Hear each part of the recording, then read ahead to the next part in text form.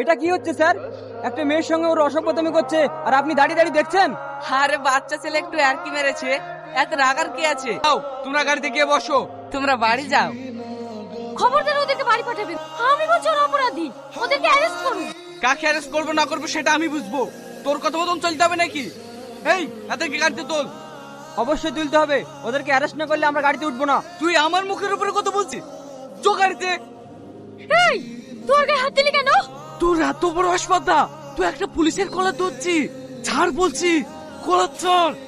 আগে জবাব দে, তুই কেন ওর গায়ে হাত তুললি? এই, ভালো ভালো বলছি স্যারের কলার ছেড়ে দে, নাহলে তোর এমন হাল করবো না জীবনে সোজা হয়ে দাঁড়াতে পারবি নি। হলো, কথা মনে লাগছে না?